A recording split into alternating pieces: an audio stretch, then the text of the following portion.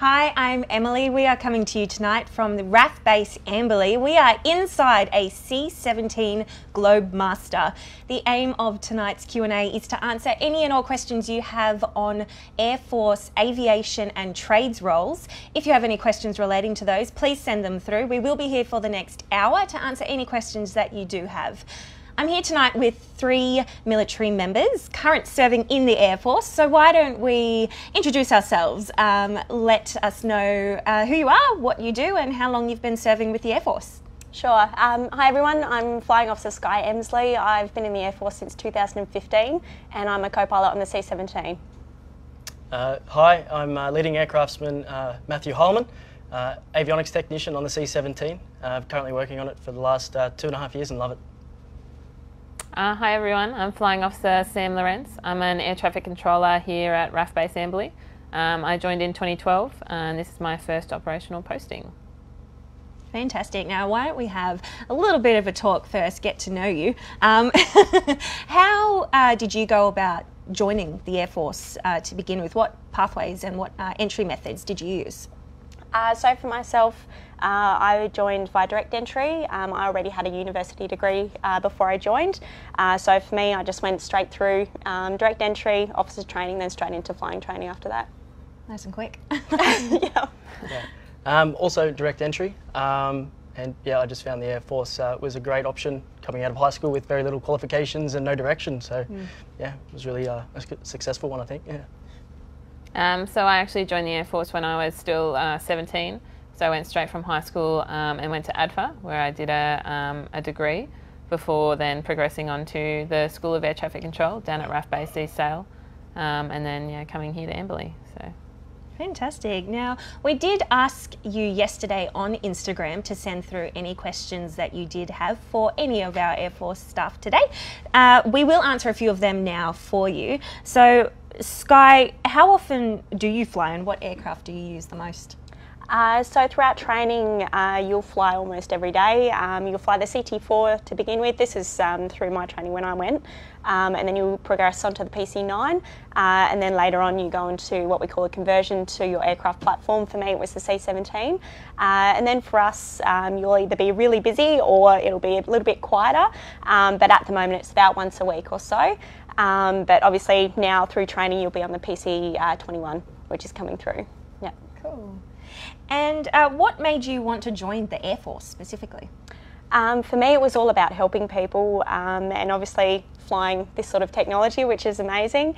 So yeah, I recently went on a mission to Tonga. That was when the floods were coming through after the cyclone. So knowing that you can really help people and able to do it in this sort of aircraft is certainly a very rewarding thing. Yeah, definitely. Yeah. Yeah.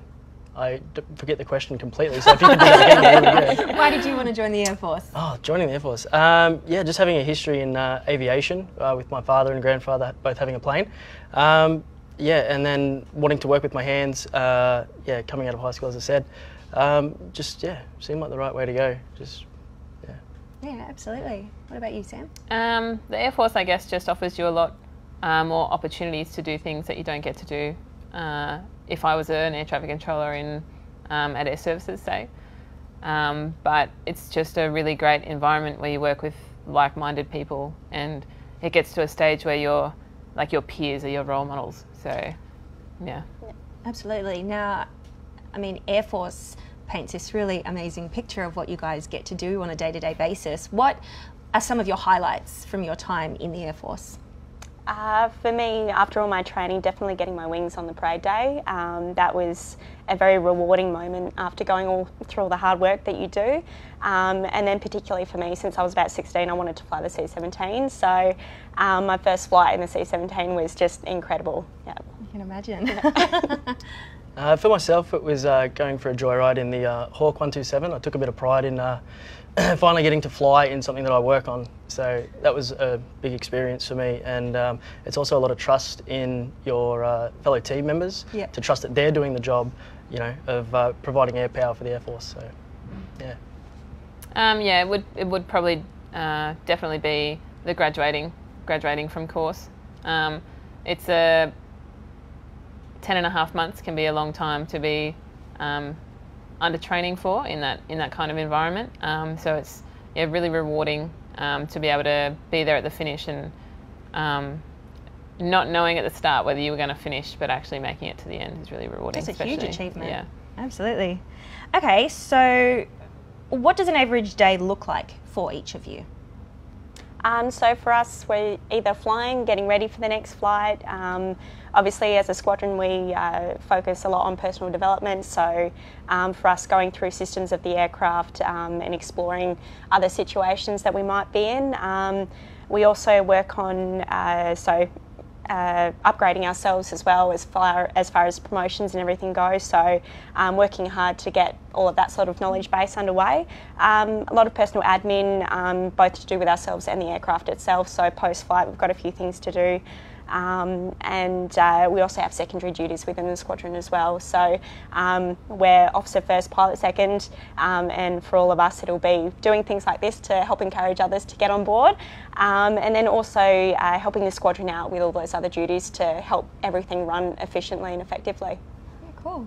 Yeah, a standard day for myself, you'd show up to work relatively early. You get here before the pilots do normally, and it just depends. Every day is different, whether it's a flight servicing and you're before flighting a jet, or there is actual maintenance on. So you'll get briefed in the morning as to what goes on, and it might just be a team divide. So you guys go this way, you guys go that way, and there'll be other things that are incorporated in the day just besides servicing or launching aircraft. Maintenance of GSE or general service equipment. Making sure that there's aircon carts provided because this thing's huge and it needs to cool down, right? Absolutely. Servicing the power carts as well, just making sure they're full of fuel. Very basic tasks, but when it all comes together, obviously we provide a serviceable aircraft for these guys to go for a fly in. And come the end of the day, you might be a little bit wrecked, but it's totally worth it. Absolutely, like any job. Yeah. So ours really depends on the flying that goes on at the base here. We have certain hours that we have to be open for, obviously. But yeah, so you just come in the morning, you just brief for what you're expecting for the day, weather-wise, flying-wise, and you just get divided amongst the tower or downstairs and approach, just depending on where the manning is needed and what ratings that you hold. And then it depends on the training that's going on, either upstairs or downstairs, how much time you spend on console. But yeah, when we're not actually controlling, we spend time doing our secondary duties to help out the unit as well. So there is your primary job role, yeah, and then your secondary duties. Yes. Yeah. And that's working with the team.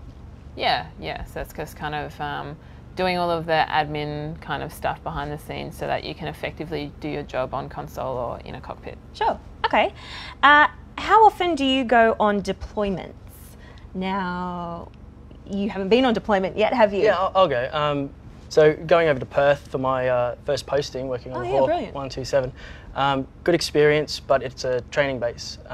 So it did suck a little bit going away from home, coming from central New South Wales. But yeah. It's a long way away. A little bit, yeah. 5 years over there, and we would go to places in northern WA to Learmonth, or we'd go to the Northern Territory to Darwin or Katherine, where there's RAF base Tyndall.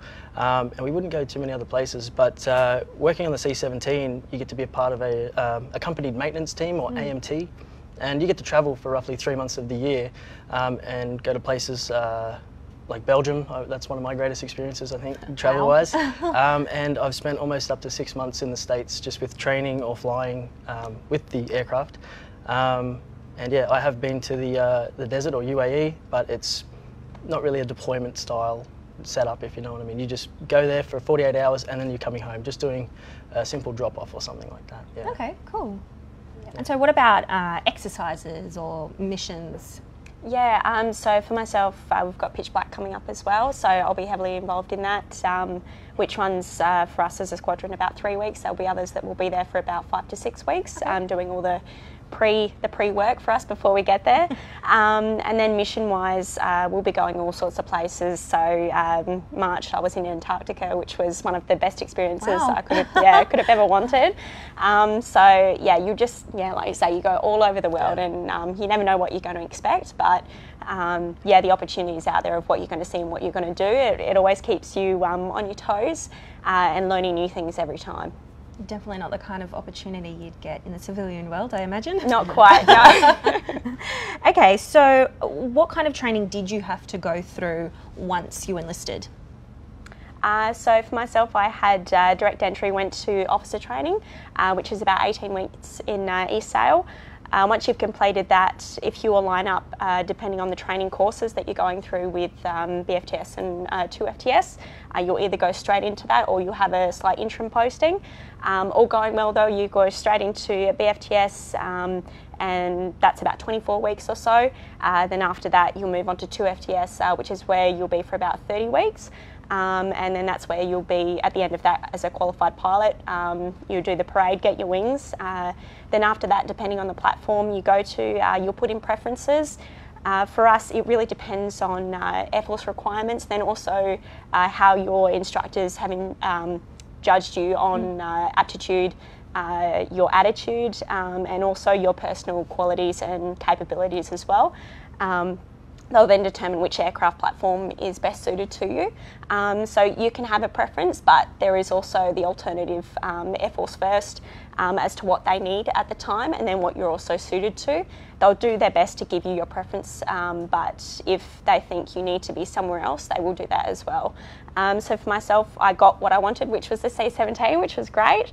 And for me, it was then a 3 to 4 month conversion to then be checked to line, then operating on missions and everything. However, that does change. If you want to go fast jets, you can be in this training system for about an extra year and a half, depending on where you're going. Yeah, obviously a bit of extra work, but yeah, worth it for those people that definitely want to go there. Oh, absolutely. When you say preferences, so it's preference for a specific aircraft. Yes. That's obviously dependent on what is available at each base, yeah? Yes and no. Your preference is purely personal. Okay. So it's what you wanted to fly. You'll find a lot of people come through wanting to fly fast jets. You'll find out what you want to do at the end of 2FTS. You'll get a lot of experience from your instructors that you work with because they've all been on the different platforms. You'll get briefings on each type of aircraft, and then you can mould your preference to the experiences of them and also the lifestyle that you want to have out of the platform you're going to be on as well. Wonderful. That was a really good answer. You're going to have to repeat that question one more time. So training. So obviously yours would be quite different because you enlisted in a trades role. Absolutely. So the trades course takes place after recruits, which recruits takes place in Wagga in central New South Wales. And I joined 9 years ago. So forgive me if there's things that are different right now, but when I did go through, it was about 11 weeks worth of training at recruits. After that, you just go literally up the road. It's on the same base, so you go to IETs, or initial employment training, and I spent roughly 16 months there, just learning skills and learning how to use everything you could ever need to do your job, which is fantastic. The instructors down there are really top notch. And once I graduated, which my course I think was a total of 5 people or 6 people, and it did start at 18, and it is a vigorous course. But if you're up for the challenge, like, it's a great experience, and you come out the other side like just feeling, really, really good about yourself, and you're ready to take on anything really. And if you're lucky enough and you do finish within the top 3, most people do get a preference as to where they would like to go. Okay. But it's a little bit difficult to explain, but the way Sky said, it's a personal choice. Some people would like to stay closer to home, so they might put down a preference. They want to stay on the east coast of Australia. Other people are actually from WA and want to go there, and they might want to go out to RAF Base Pearce. So that they can also go the other avenue of deciding which aircraft to work on, and that might drive them further with what they want to do in the Air Force. So Absolutely. Yeah. And so you went through training, you weren't qualified when you enlisted, so what qualifications did you come out of training with? As I said, it may have changed in the time that I've been in, but I believe I came out with a Cert 3. Okay. And from there you develop your skills further with a skills log, if you will. So this is where it'll be specific to your aircraft type, whether it's a C-17 or a Super Hornet. Yeah, and after that, and you've got your journal or skills log signed up. It has many names over the 9 years I've been in. And you'll get another qualification, and that's normally a Cert 4, and for me that was in Avionics. So, You are just constantly upskilling. Yeah, very much so, yeah. Brilliant. What about you, Sam? How was your training experience? Yeah, so obviously I was a bit different because I went to ADFA. Yeah. Yeah, and it was straight out of school, so it was a bit of a culture shock, but the people and the instructors that are there know that as well. So they mean they've got a job to do and they have outcomes that they need to achieve. But Definitely. yeah, like the way that we were treated and stuff was absolutely fine for the environment, I guess. Yeah, so the first 6 weeks at ADFA is just like a general kind of training into military life, not just the Air Force, because it is a tri-service environment. But yeah, so you learn how to do drill, you learn how to shoot the rifle, you learn all about leadership styles, military ethics, military law, kind of just all of the background information to give you a general grounding into like your career that is going to be in the Air Force.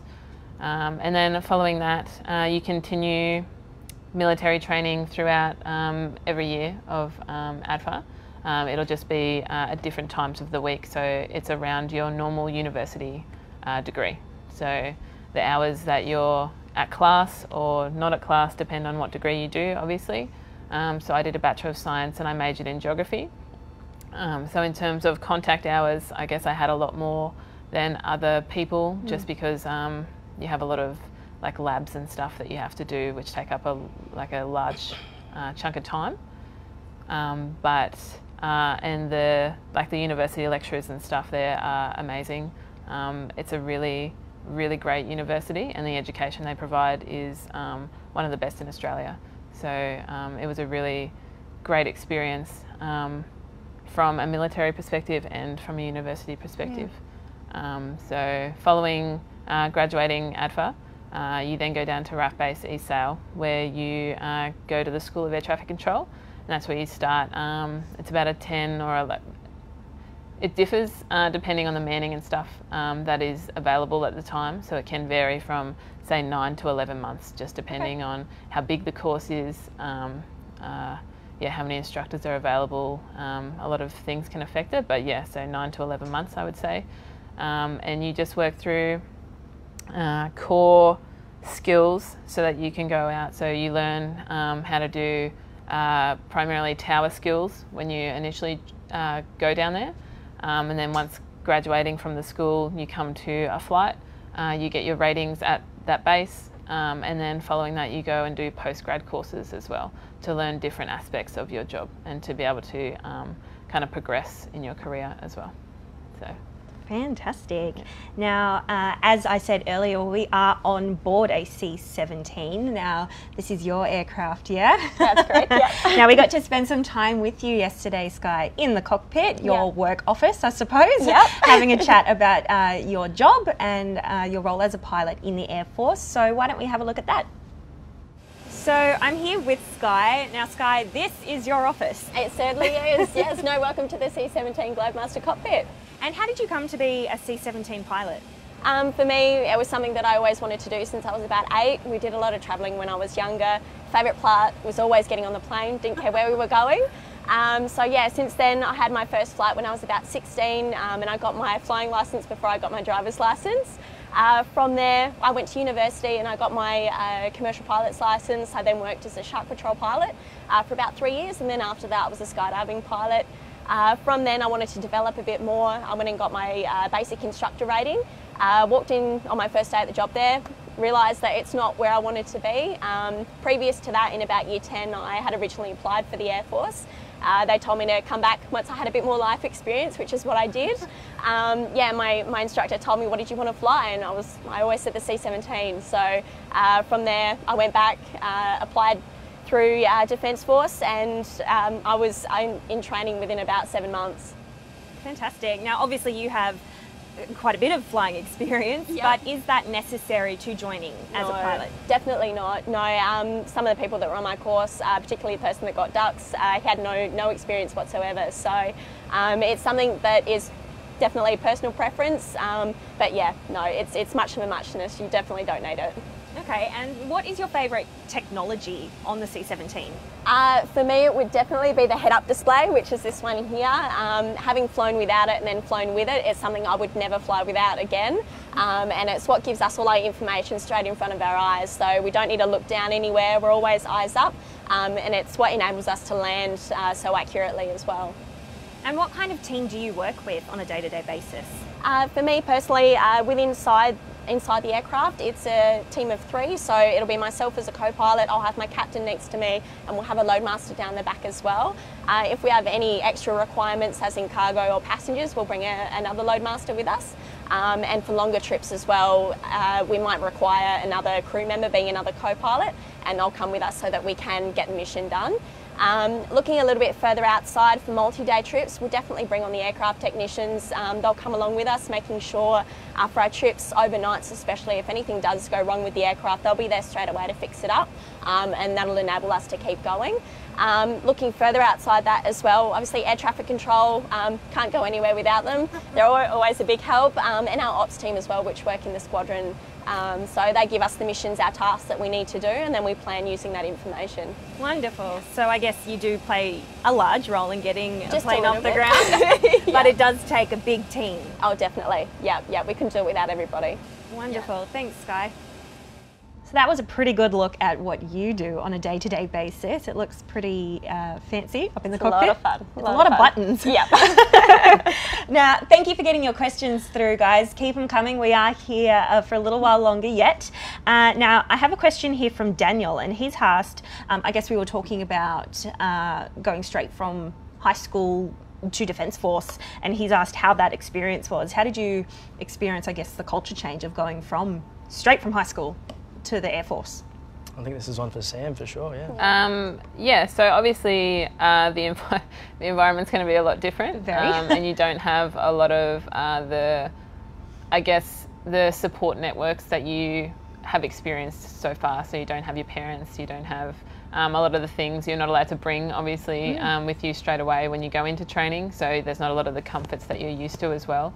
But everything that you need is supplied to you as well, and the support that you get from the staff and the friends that you make, and it really is like 5 minutes and your best mates, like just because of the situations that you put under and the stresses. And so yeah, as a 17-year-old it can be pretty daunting, I guess.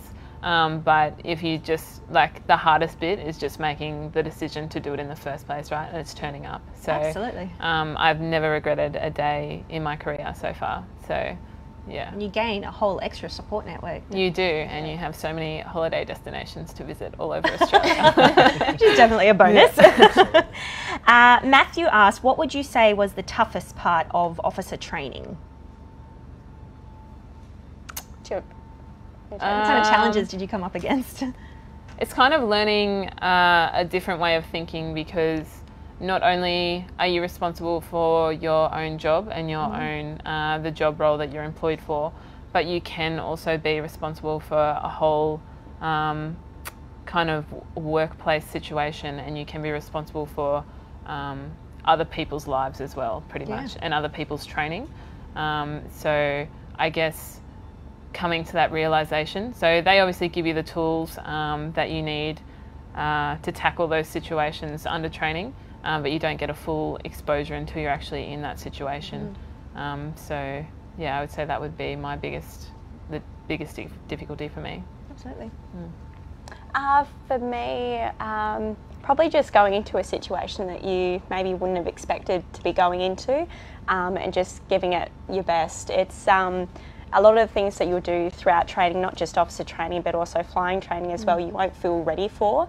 But if you just go and do it, you'll find out soon enough that you are ready to do it, and most of the time you'll be very good at whatever you're trying to do as well. So you want it to be here, and you will make it happen. So that's, yeah, I think for the majority of us, it's just sticking with it, having the courage to do it in the first place, and like you said, just turning up on the first day is your first step, and then it's just a snowball effect from there. It just keeps going.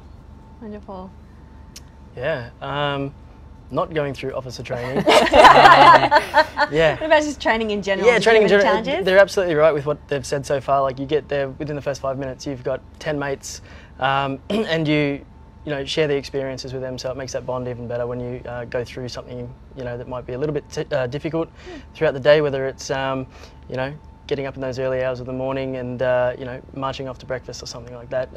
Everyone hates getting up early, but yeah, later on when you actually do like different types of courses that aren't just physical, like if you've got your own exams to get through, you've also got that good environment to go and work off each other, like, hey man, how does this work, and what can I do to improve in this sort of subject or something like that. So yeah, it's really good environment, and yeah, loved every day of it so far.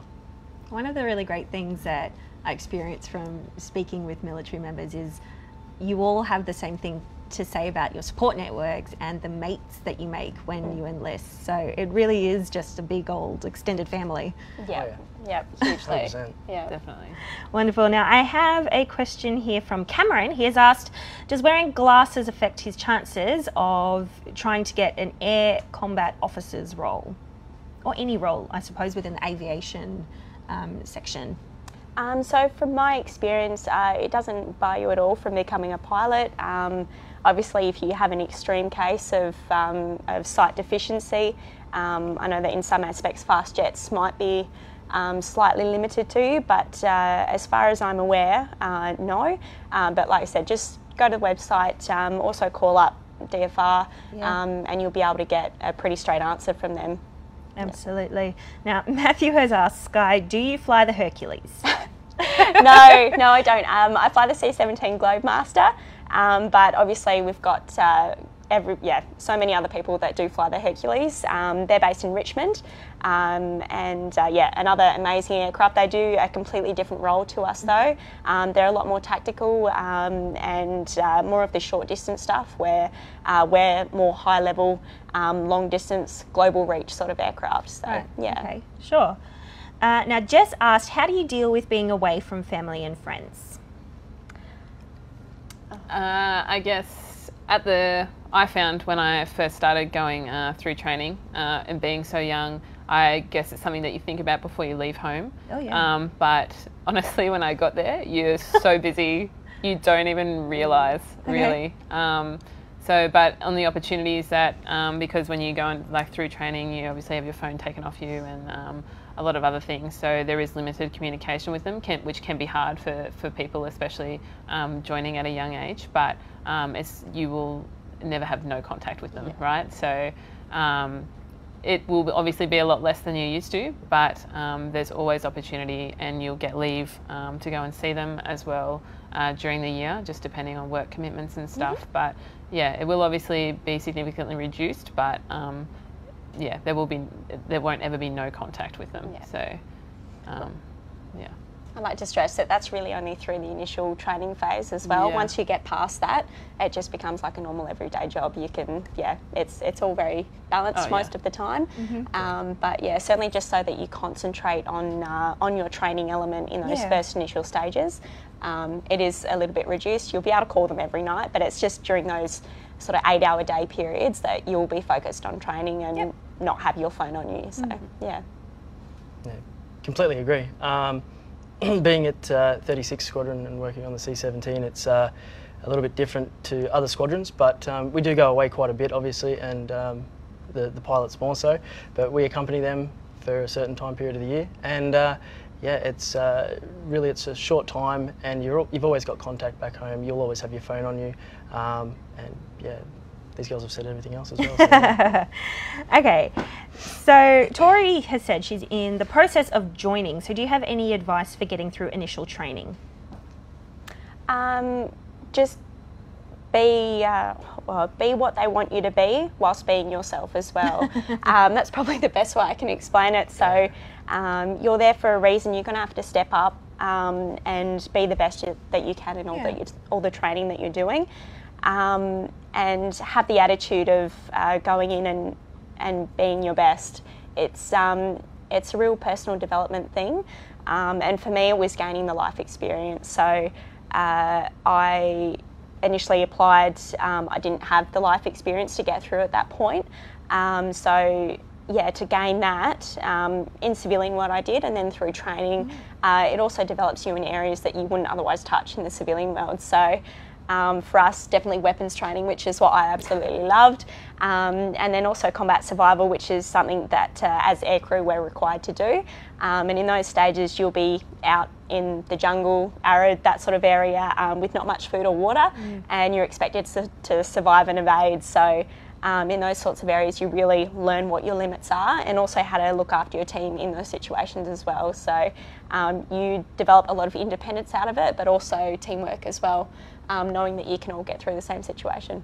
And coming through, I suppose, the first time that you applied and being told to go away and get that life experience, which I'm sure at the time would have been a bit of a deterrent.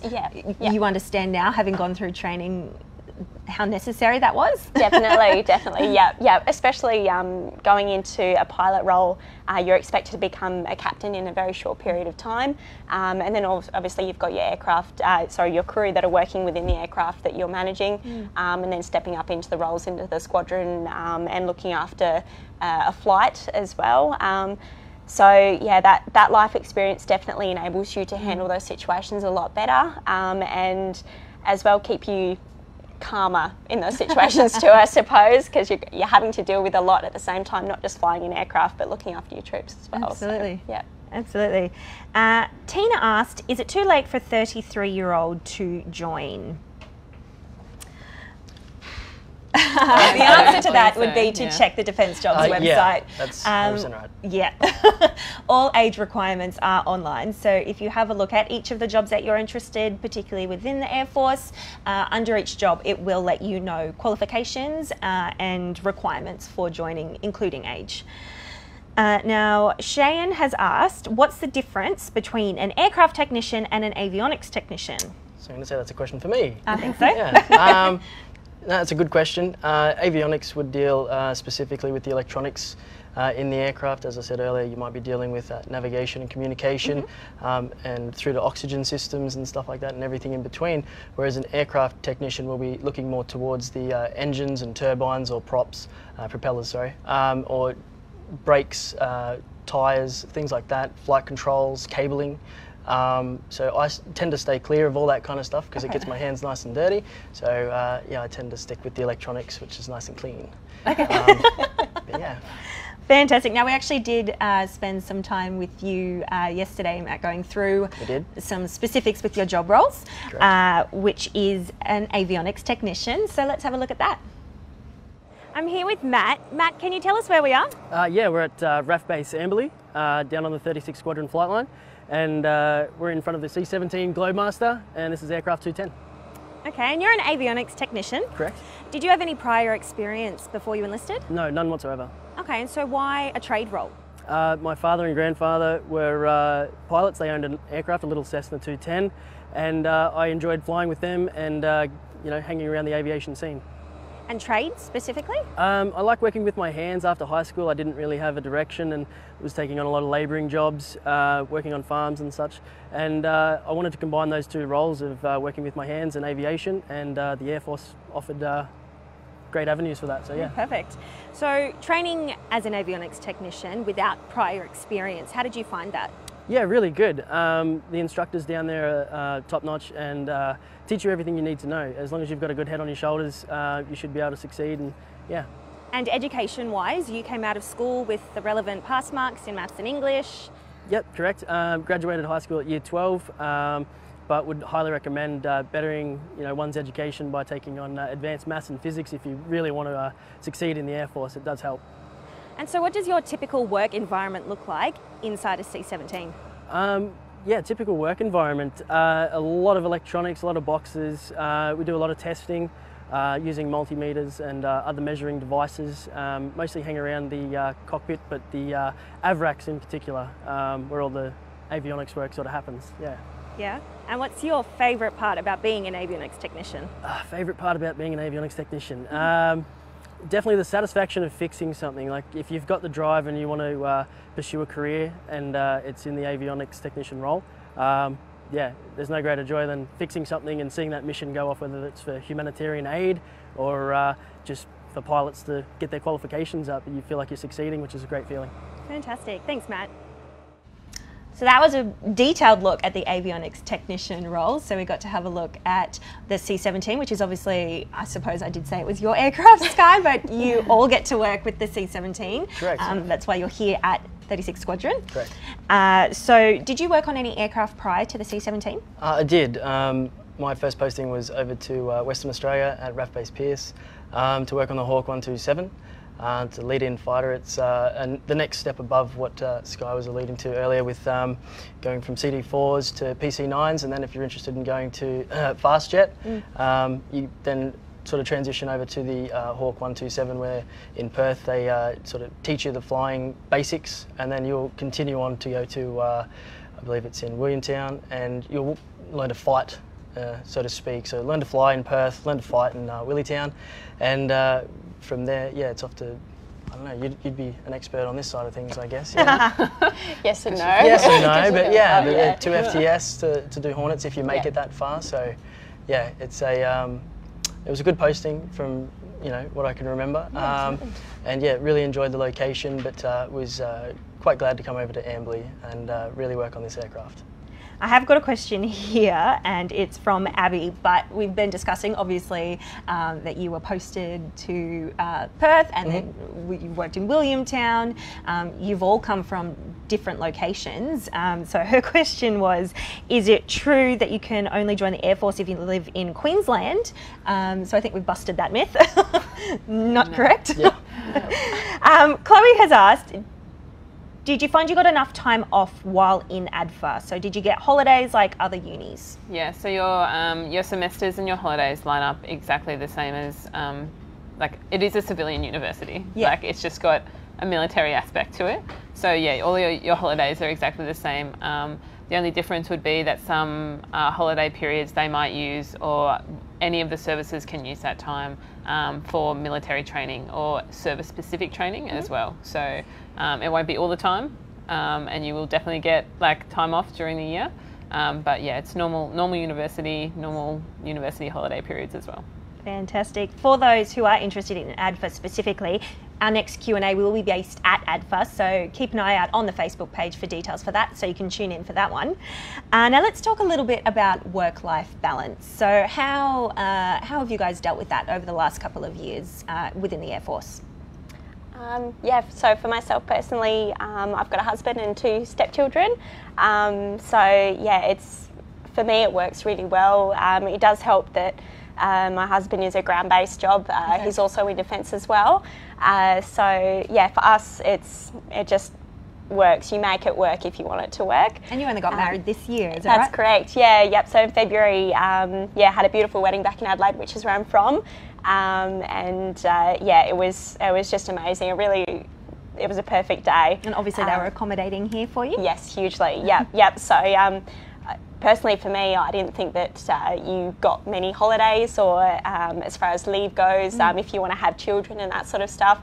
It's exactly the same as a civilian job. You get maternity leave, you get holidays. It's as aircrew, you get a little bit more leave than everybody else. So that's always a bonus. But yeah, all that balance, it's just like a normal job. You do have shift work, which is where my other half comes in and sort of holds the fort down while I might be away for a couple of days over the weekend, or you know, for a week. We generally won't be away for any more than 3 to 4 weeks with the work that we do. Like you were saying, a multi-day trip, we might only be somewhere for 48 hours, but that'll be in multiple destinations. But we'll be home quite soon after that. So you won't ever be away for extended periods of times. It'll just be a frequent sort of hop about, but you'll always be back home very soon. Yeah. Wonderful. How have you found it? Yeah, there's a pretty good balance, as Sky was saying. The times that you are bouncing around and you're away for quite some time, you do get to come home and, you know, work will give you that extra time off, so you can have a social life. You know, myself, I was playing football constantly over in Perth. Here, not so much because I've recently bought a house and looking at other avenues to go down. But yeah, there's absolutely. I don't think a civilian job would differ too much, to be honest with you. No. I still get to play guitar, throw the football around a little bit, and yeah, on the odd occasion, go for a surf. So. Brilliant. Yeah. How about you, Sam? Yeah, the work-life balance, I guess, for us will change or differ just depending on where you're at in your training. So obviously you'll spend a lot more time even outside of the School of Air Traffic Control. When you get posted somewhere, you still have to get trained in all of the different positions. So there might still be some study to do. It's the same as if you're converting onto an aircraft, right? Yeah. So or learning a new aircraft type. Yeah. So there might be some study that you have to do outside of work, but other than that, it's really work stays at work, and then when you're at home, you actually get to enjoy being at home, whether it's with your friends or family or whatever it is. So, yeah. Awesome. So Tom asked, what is life like for an air traffic controller? Look, we can absolutely talk about that, but at the same time, if you would like to get a little bit more insight into the role of an air traffic controller, you can try our new Airforce interactive video called Outback Assault, which can be found on the website if you search for air traffic controller. Jump into that job role and the game will be right underneath that. But while we have you here, Sam, how have you found life? Yeah, so it's been a very, I guess, eye-opening experience personally, because you're challenged every day. I can't say that there's ever been a day that I've come to work and not learnt something new, either about the job specifically or about myself in situations that are stressful or kind of high intensity. But I just, yeah, the actual job itself is wonderful. Like, I love my job. And I would say to anyone that you could do it. Like, I knew nothing about aviation, or I had no idea what a circuit was. Like, I didn't know what a circuit was, how an aircraft flies in a circuit, and yeah, and I still made it through the training and still made it here today. So, yeah. That's fantastic. Nanisha has asked, can you explain in some detail what happens during initial training, so PT training, etc.? Yeah, through initial training. So there's a lot of marching, learning drill, that kind of thing, and the instructors are really good. You will get yelled at, but it's a positive thing because you're learning. And there's other things you learn, how to handle the F-88 for myself, and you know, shooting techniques, things like that. Yeah, there's other educational based things, like you'll learn a bit of Air Force history, and you'll have small exams on that, and they provide everything that you need to get through those sort of you know, exams or those trials, if you will, whether it's you know, learning how to shoot or just getting your drill absolutely nailed right down to the T. But yeah, the facilities at Wagga were brand new almost when I went through, and everything was really, really nice. You did have to share a room, which is, you know, okay, but they become your best friends. That, you know, you get to know them, you get to really connect with them, and I still talk to them on a, I'd like to say, monthly basis. It might be a little bit more now because we're progressed through our career and we've taken different paths. But yeah, it's definitely nothing to be concerned about, and yeah, it's a challenge, and if you're up for it, it's a really good experience. Yeah, wonderful. As far as officer training goes, just have a look at the requirements for PFT. Give that a crack before you go, so that you know you're not nervous going into a fitness test as such, and that you know you're going to be able to do it. And it's nothing that's too stressful. It's all sub-maximal sort of stuff. So anyone with a general fitness will be able to do it. For us, through OTS training, so officer training school, you'll go through a green phase, which is about 4 weeks, and then you'll lead into more of what we call the blue phase. So green phase, it's your military basics, drill, how to dress, how to make your bed, how to fold your clothes, how to handle a weapon, fitness training, both what we call sort of ground PT training, so you'll be in your uniform doing more military style PT. Then you've got your more classic style, which will be in a gym doing circuits and that sort of stuff. And it's all in a class-based environment, so you'll only do as much as you can do, but the PTIs, they'll certainly encourage you to push harder than you might be able to do, and yeah, you get to do some great courses out of it, which it all challenges us. It is a little bit competitive, but that's what pushes you to do it. And then through the blue phase, that's where you'll be learning about leadership, developing your talking techniques, communication style, leadership styles, and then moving progressively into your parade, which is your graduation parade. And you do a lot of practice early mornings, very cold early mornings, especially near sail, practicing drill, sword drill, to be ready for your graduation parade, which is what your whole family will be looking at. Obviously we are in the C-17, which is on the airfield, so we have another plane coming in. Yep. Coming in or going out? That one's going out. Yeah, it's going out? Yep. All right. So Luke asked, do Air Force bases have only Air Force personnel on them, or are they split between all branches? You definitely get people from all services on all bases around, not just Air Force bases, but Army bases and Navy bases as well. So, yeah, there's two whole Army units on this base. So, yeah, you definitely it's not what you expect to see, but it's a good insight into what they do as well. Scott asked, Sam, did you do ATAR or OP to get into air traffic control? So I'm from New South Wales, so I got an ATAR. Yeah. We actually got to have a good chat to you yesterday as well, Sam, in the approach room in regards to your job as an air traffic controller, just to get some more details about that and have a look at what life looks like for an air traffic controller in the Air Force. So I'm here with Sam. Sam, can you tell me where we are right now? So we're in the approach facility at RAF Base Amberley. It's primarily where aircraft start their journey, so it's where they get a clearance to fly, say, from Amberley to Williamtown. Wonderful. And so you're an air traffic controller within the Air Force. So what made you decide military over perhaps air traffic controller in the civilian world? There's a lot more opportunities in the military to better yourself both professionally and personally. You get a lot more exposure to different aircraft, and the environment can be a lot more dynamic. So Amberley is a purely military aircraft base, so it's not every day that you get to see a fast jet fly or a Super Hornet, and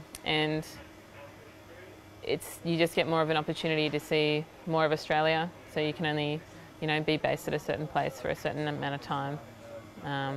Yeah, and you can always come to work and see something different every day, which is really cool. I can imagine. So what kind of environments do you get to work in as an air traffic controller when you're not in the approach room?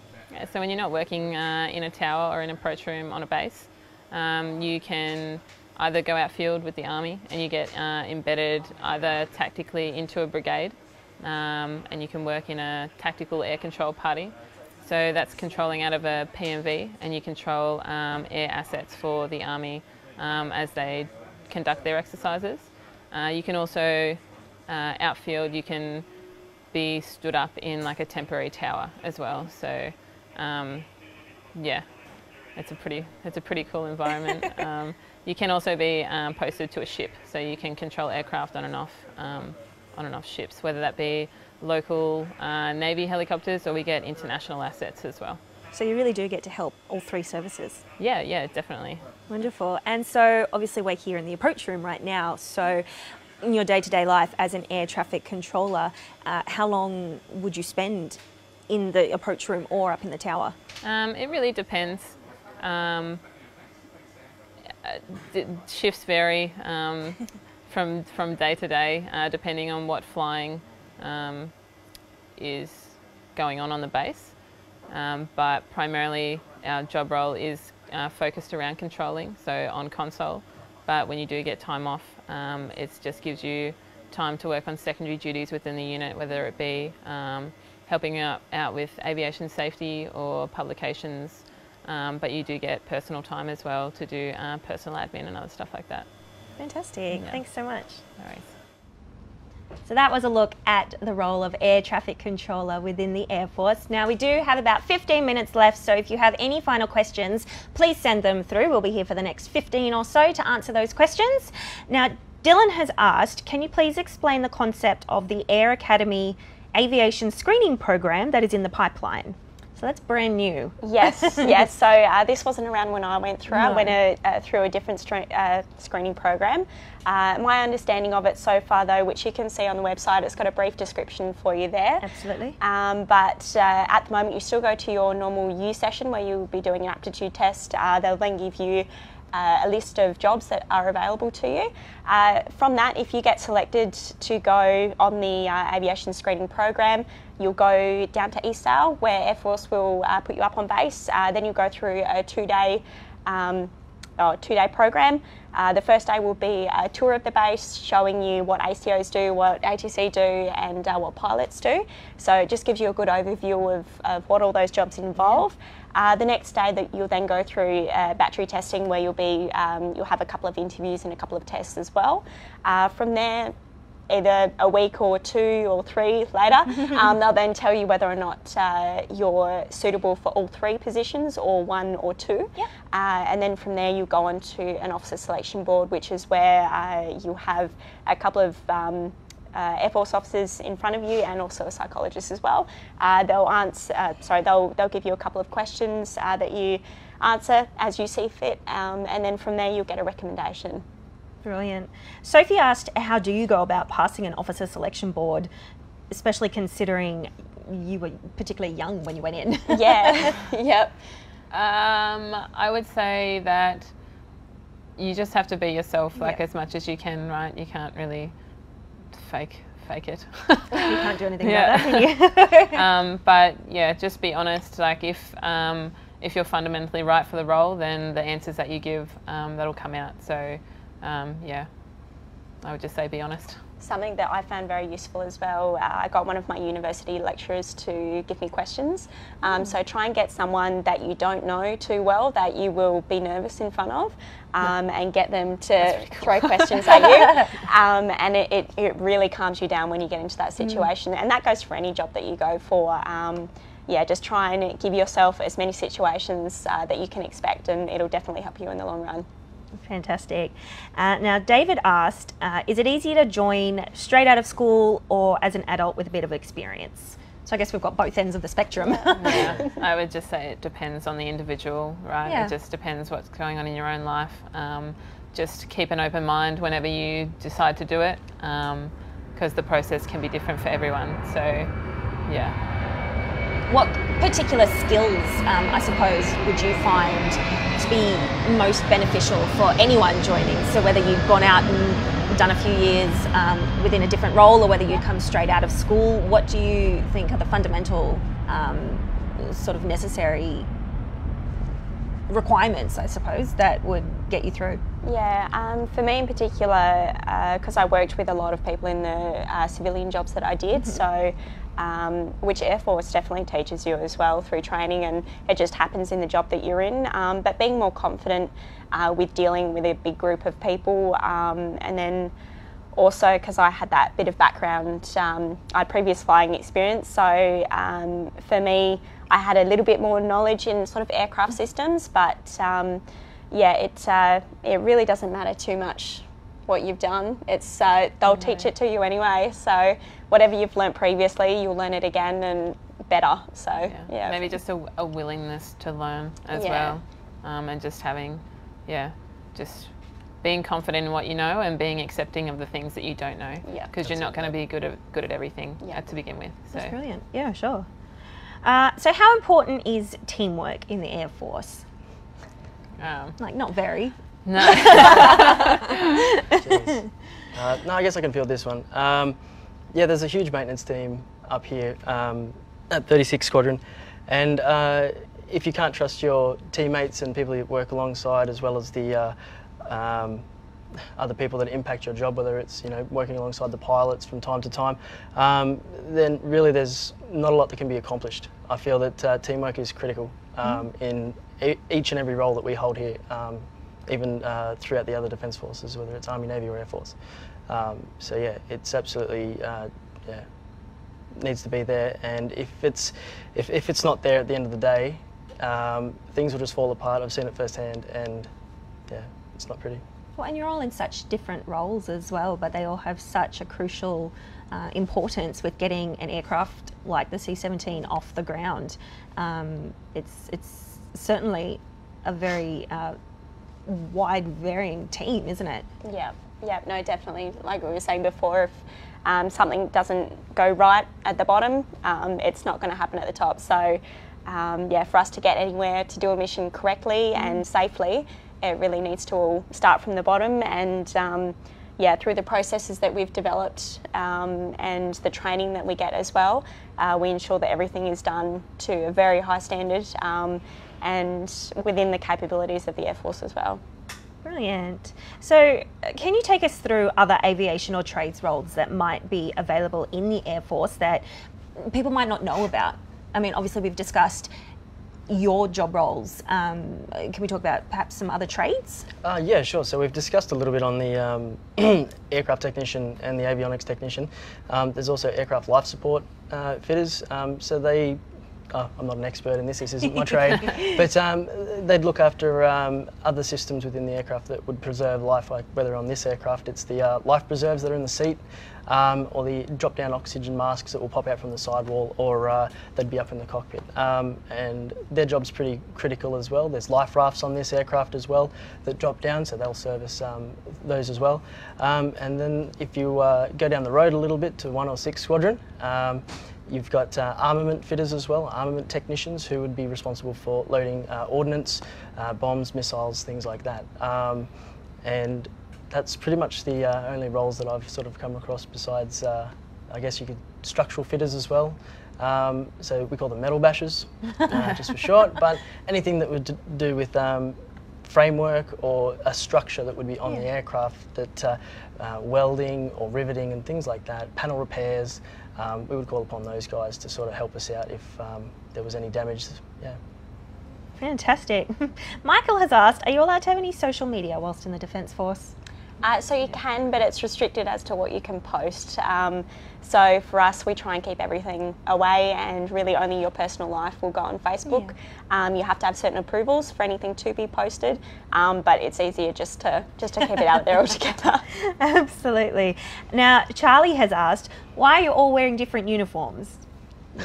Now, we're all obviously Air Force. You guys look similar, but what's going on here?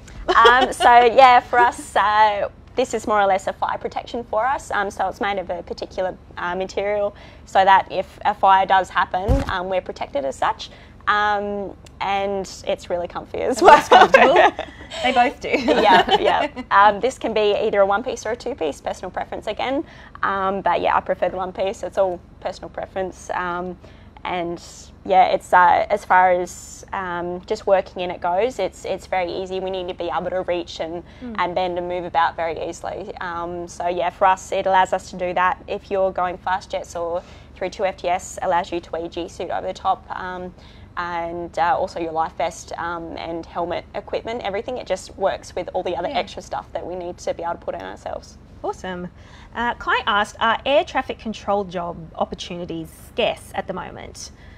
That's actually a priority job at the moment. Yeah, no, I would say so we are definitely looking for them at the moment. So if you are interested, you can jump online and make an application, but just have a look at the Defence Jobs site as well. It will list which jobs are a priority, although this one certainly is at the moment.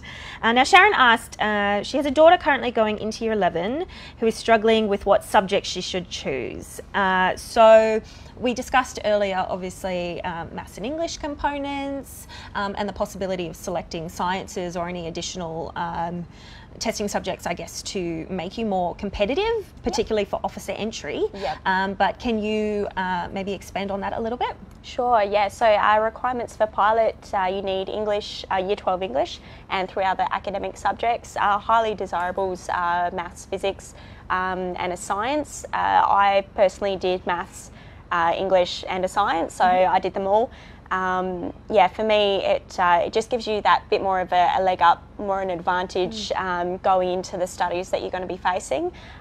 It's nothing that you can't learn without those subjects, but it makes it a lot easier to cope during your studies, because you'll be studying and flying at the same time. So the last thing you want is to be struggling with theory as well as trying to fly at the same time. Absolutely. So yeah, no, I would highly recommend trying to do the subjects that might be a little more challenging for you.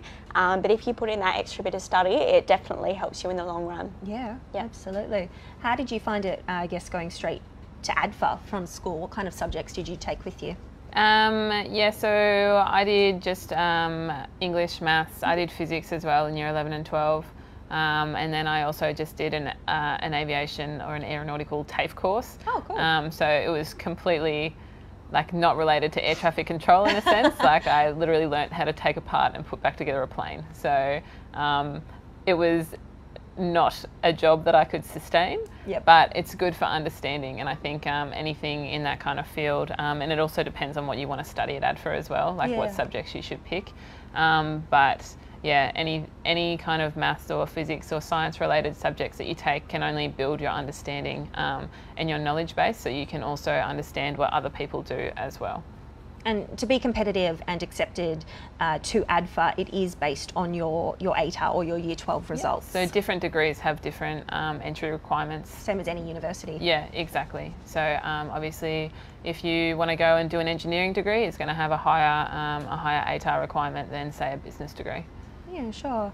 And Matt, I mean, we touched on the fact that you came out of school with maths and English. Yep. You had said that perhaps you'd wished you'd studied a couple of extra subjects? Yeah, 100%. But yeah, even though they're not necessary at all. No, they're not. They're not.